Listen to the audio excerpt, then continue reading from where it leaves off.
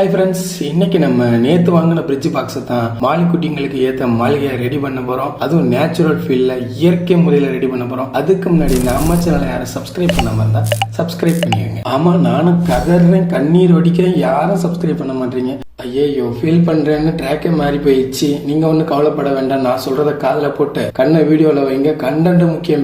முன்னாடி ஃபர்ஸ்ட் தொட்டி ரெடி பண்ணும்போது என்ன ஃபார்முலா பயன்படுத்தினமோ அதே ஃபார்முலா தான் இப்பவும் பயன்படுத்த போறோம். ஒண்ணு இல்லைங்க, எப்போதும் போலதான் கல்லு மண்ணெல்லாம் களவாண்டு எடுத்துட்டு வந்துருங்க. சார்